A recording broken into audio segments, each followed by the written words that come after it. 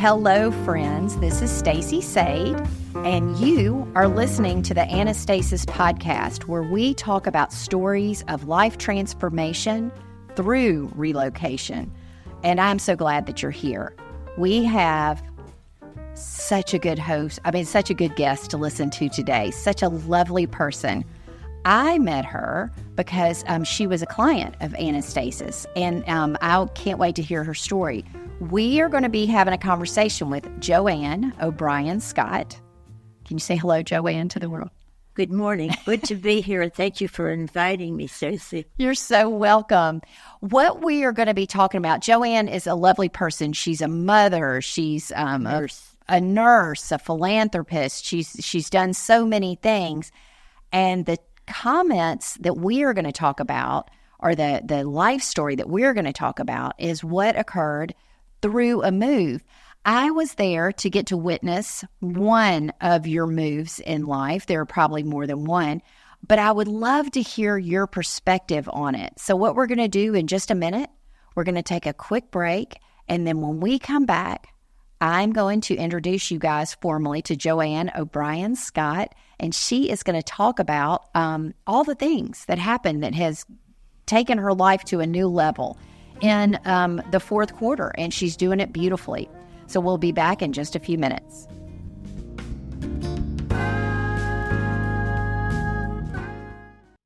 Blues in the basement.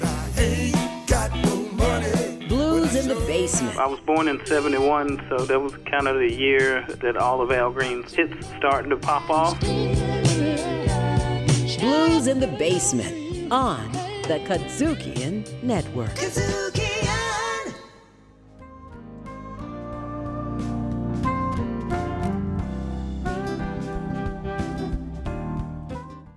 Welcome back, everyone. Joanne, we are so honored to have you here, and you are such a blessing to listen to. So can you talk to me about what it was that prompted you to downsize and move on your most recent move? Well, my very most recent move was the first week in November of 2023. Now, I needed a little prompting at that particular time. I had lost my husband unexpectedly. He had a very bad fall and passed away on October the 6th of 2021. We were planning and had our house on the market, but planning to move over to the Avenida on Wolf River and Germantown Road. They had over 55 independent living there, and my husband had a number of falls, and I knew I was not going to be able to persuade him into going to an assisted living facility. Mm-hmm. So you chose, in that point, I'll stop you there, you chose a 55-plus apartment community that didn't necessarily have all the amenities for your husband's benefit. That is correct, but it had enough room in the 2-bedroom apartment that I chose, and it was on the first floor. And the problem was I liked it there to a degree, but when I went out on my patio, I just looked at garages. It was all garages out there. It wasn't all the green part that I loved very much. I see. And you were missing the view. Oh, I was missing the view, but it was a nice place, a very nice place, and just what I needed at that particular time in my life. And I made a couple of friends and got to know a lot more people. So I lived there for 2 years, but exactly a year ago at this time, I started looking at other facilities. Now, my husband and I had looked at different facilities, so we knew some of the ones in the Memphis area, which ones we would be interested in not. But they were building this beautiful new place called Opus off of Cherry Road, very close to the Botanical Gardens and the Dixon Gallery. Now, I was a master gardener, and I dearly love the fact that I'm right by the Botanic Gardens. In fact, I've been over there several times. And just another note that I might not have said to Stacy, too, my son is getting remarried the 20th of October, and he is getting married at the Botanical Gardens. So that is another nice present for this new year. That's so wonderful. So his wedding is April 20th? April 20th. That's exciting. Yes. Well, that takes you from being at Avenida, and that, from my understanding, correct me if I'm wrong, the move to Avenida was a significant move for you because it was a place to grieve. Am I correct in that? Oh, yes. It was very much a place to grieve. And I'm a fairly outgoing person, but during the time there, with two large incidents in life happening, I wasn't really reclusive, but I was very careful about what I wanted to do and where I wanted to go, because I'm big on going to grief group. In fact, I started one here locally over at Church of the Holy Spirit and have been involved in several, but this was not, this was different. It just something was different about it, and I knew that. So I had to work on myself, and I'm still doing that because I certainly still miss my husband and my daughter. Yes, I can see that. So you suffered a loss of both your husband and a daughter at your time of Avenida, and you used what was a beautiful space to kind of take some time to heal. How was the downsize from a house to Avenida? How was that process? Well, Pat and I were getting ready for the move, and we just had to close on the house.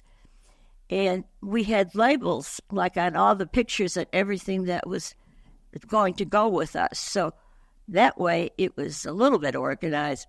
But he had this very bad fall, which is the cause of what his death was. But it was kind of dramatic and very unusual the way it happened.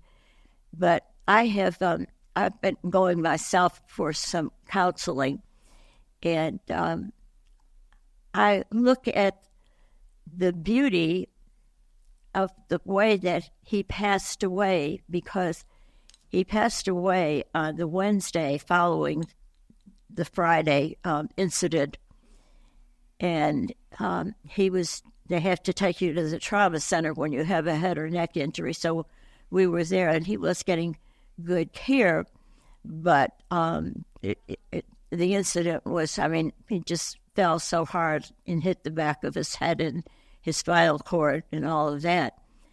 So when the doctor called me to let me know that his condition was worsening, I knew we had done all that he would want us to do at that point. He was a very religious man, and he had what I call a beautiful death. And I think the way it happened was not too far off from what he would wish for. But I was able to witness him actually dying, and he took 7 small breaths, and there never seemed to be any distress during those 7 breaths, and everything was white and clean when he passed away. So I have a lovely, beautiful image of that, and I am so grateful to have that, because I realize not everybody would get that, but that's very, very important to me, because it makes me look at death in an easier manner than before. I love that philosophy, and I love that thought.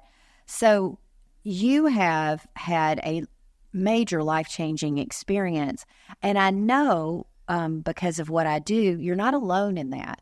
A death of a spouse is usually a major life change that will produce a fact that, we don't want the big house. We want simpler things.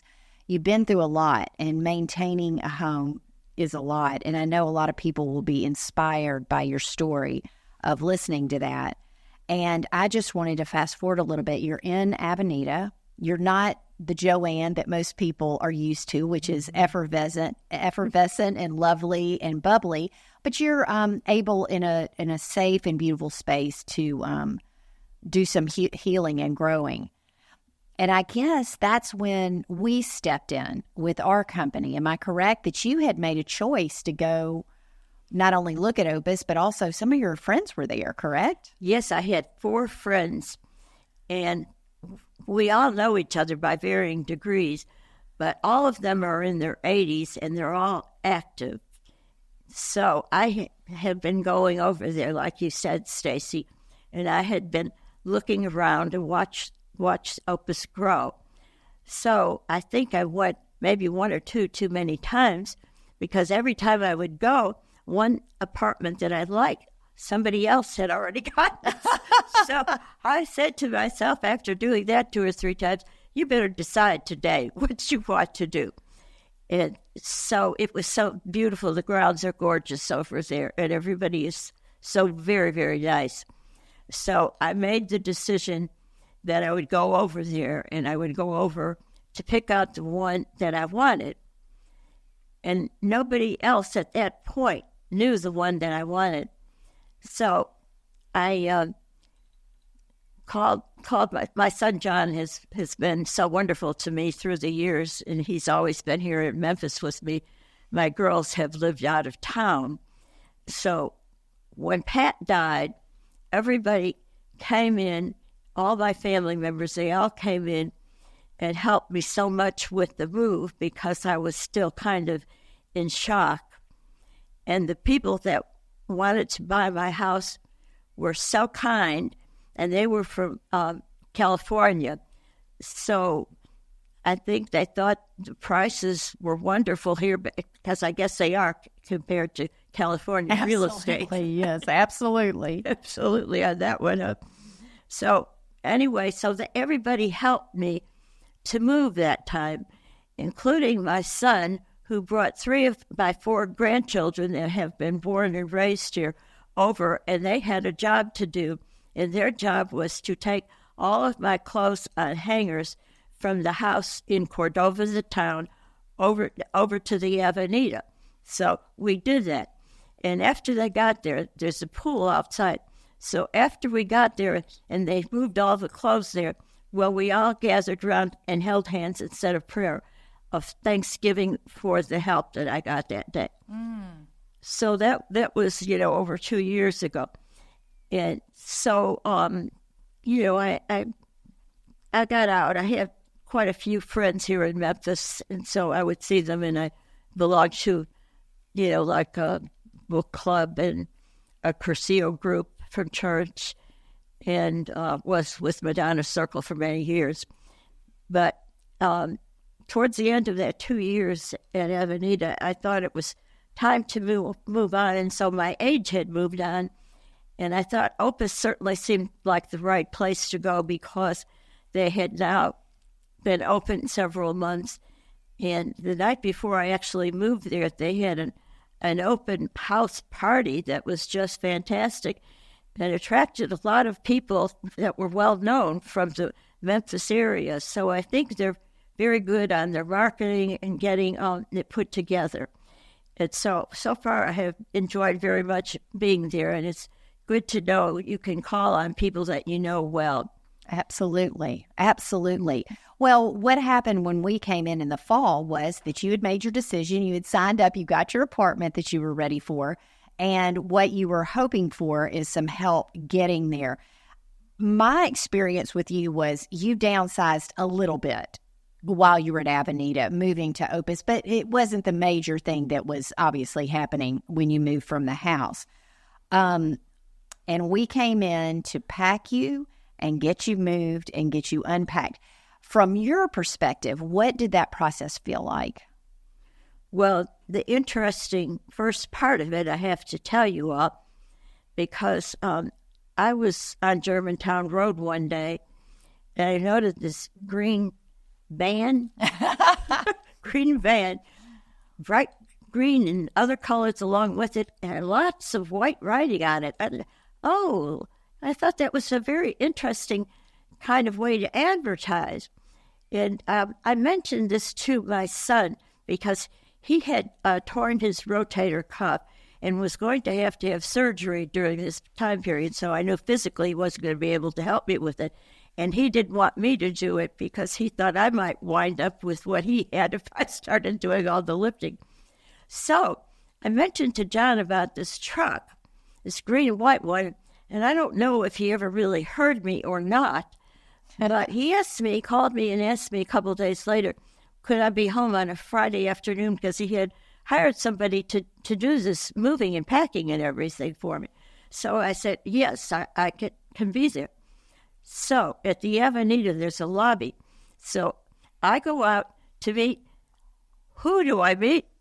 But Stacy of the green and white van. And I couldn't believe it. I thought, did John just not tell me about the green and white van?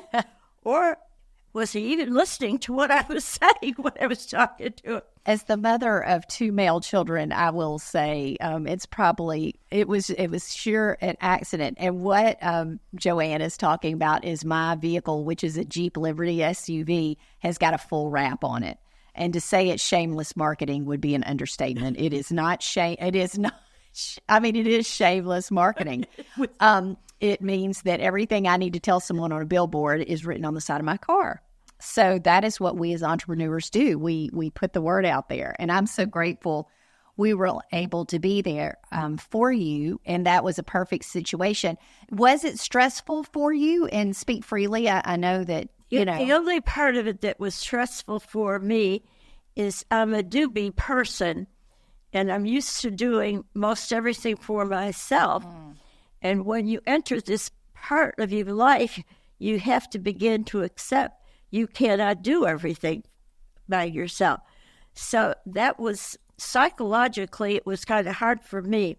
And psychologically, when my daughter passed away, her sisters and her daughter were the ones that had to go and be the doers. So I've just been learning to take a back seat, and that's my role now. I no longer have to be the person that does every single thing. So with the move that I've had, that has been a teaching lesson for me to do that. And I will tell you how organized Stacy is. I had 2 bedrooms when I was at the Avenida. Well, she set up shop with 2 of her other workers. Call them by name, if you would. I think on that position, we had Lauren for sure. We had Cynthia and maybe Sharon. I may have had a team of 4 at some point. It could be, because at one point there were a few more people than there, so I'm sure you did. But it was so organized, and I had learned a little bit about organizational moving, because one of my friends that moved there, one of the 5, I had been over to her house and noticed how her sister-in-law, who was in this business but in Dallas, Texas, but she was there to help her, and I noticed how organized she was about doing this. So then when I met Stacy, well, she was even better. She was more organized. Wow. That's high praise. Very organized about it. And nobody complained. They just did their work. And I'm sure they were tired because one of the ladies was in the closet. Bless her. We talk about that all the time. She was in the closet, and she was trying to color my clothes like I do, and I didn't even have to tell her that. But she was working with 2 closets full of clothes that she had to get into one closet. And that's why it took us so long in there. And I'll never forget that because she was working so hard on it. Oh, my gosh. That was such a great part about it. And I love the fact you mentioned a term, a do-be person, and how lovely to acknowledge the fact that there are seasons for us on what we're able and willing and able to do and what we just can't do well anymore. Yeah. And that, I believe, is why we're there for each other. We're just not made to be independent all the time. No, we're not. We're really not. And But I always feel lazy. That's my own label I would put on myself. If I didn't do most of the work myself, I would think that way. But now I think I'm a little bit past that. I think I'm a little more into acceptance than I was. Oh, that is so beautiful. Well, we're going to take a quick break here, and Joanne is going to share with us what her life looks like now. She has moved beyond living in an apartment. She has moved through some grief. I don't know that you ever get on the other side of grief, but you have moved through. And I can't wait to hear how fantastic everything is. And so if you give us just a minute, we're going to take a break here, and we're coming back with Joanne O'Brien Scott.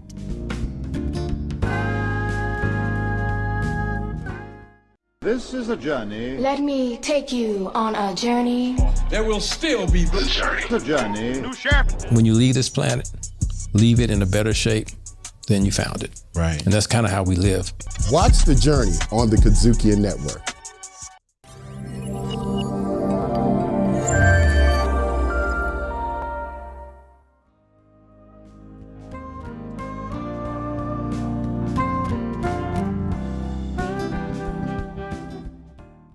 Hello, everybody. Okay, we're back with Joanne O'Brien Scott. And what we're going to talk about for the rest of the time for this podcast is tell us, what is life like now? You're talking about being in your 80s, and you are absolutely in no way, shape, or form slowing down under anybody's measurement. You have such a full life. Can you tell our listeners and our podcast people about what was produced by going through those really difficult seasons of life? What's your life like now? What are the things you enjoy doing? Well, first of all, the location was important to me. Mm-hmm.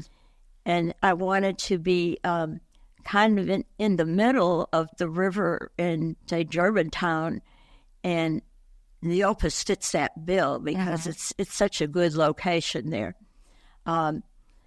I'm very happy with most things there.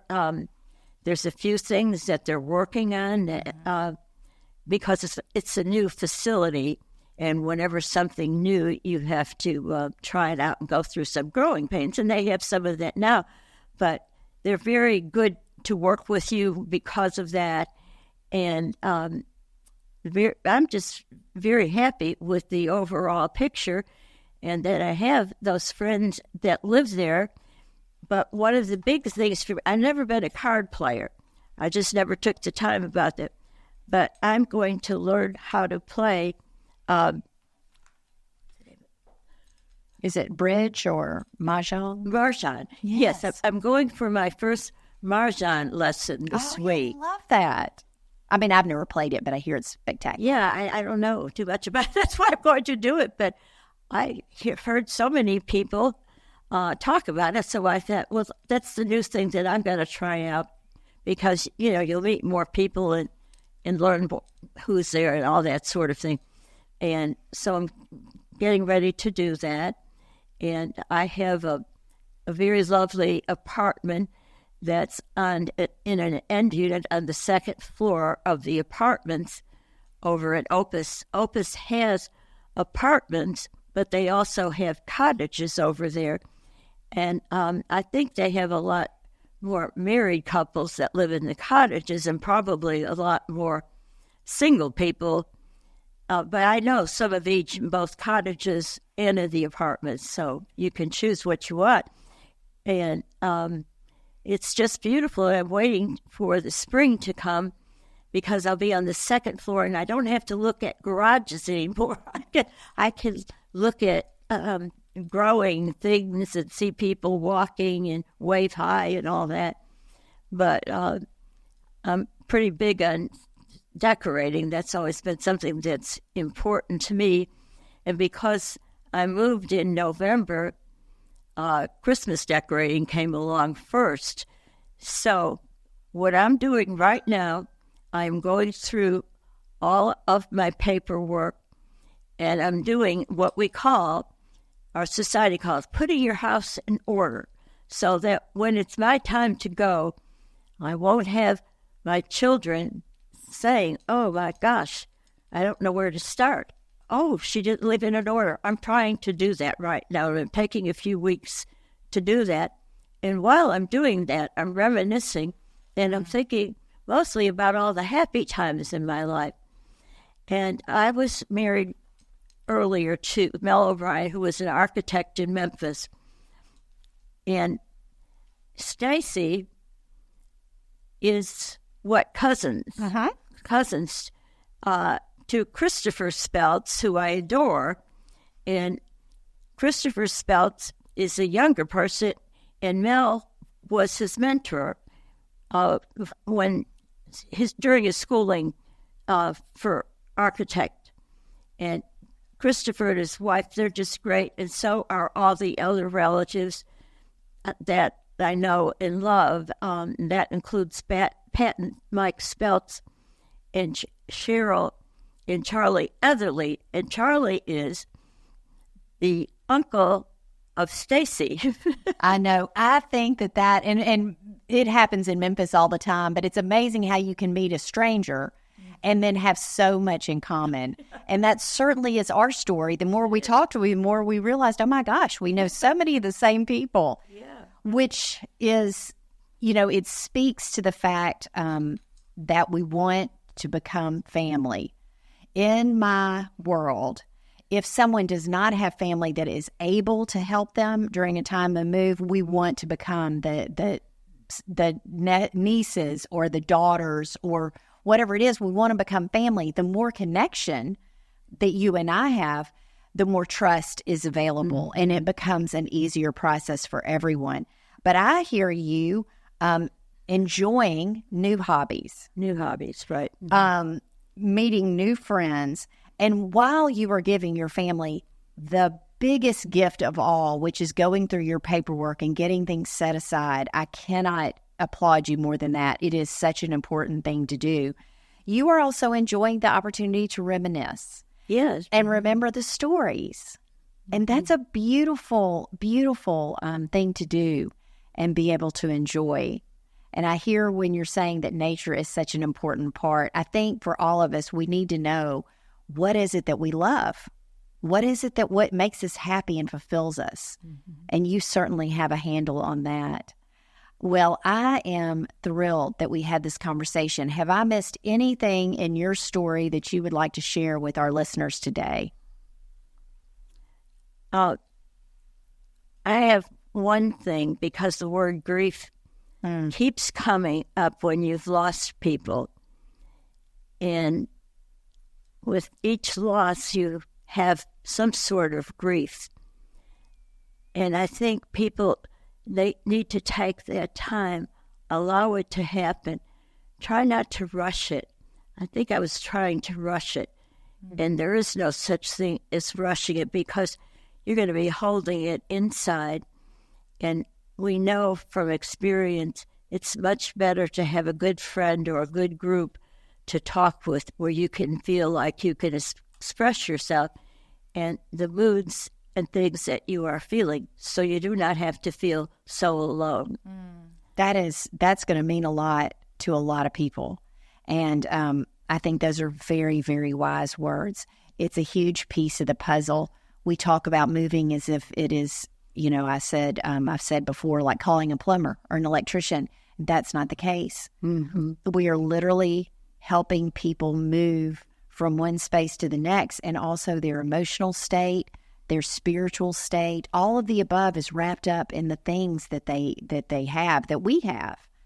So thank you for touching on that grief piece. It is certainly an important part of the conversation, even if someone hasn't lost a loved one. The grieving of leaving one place and moving to another is real. And we need to just acknowledge it and let people have those feelings. So Joanne, as always, it is a pleasure to visit with you. It is a joy to be with you at any and all times. And I thank you for sharing your story. I know what you are doing and accomplishing will inspire others to do the same. Thank you, Susie. My pleasure.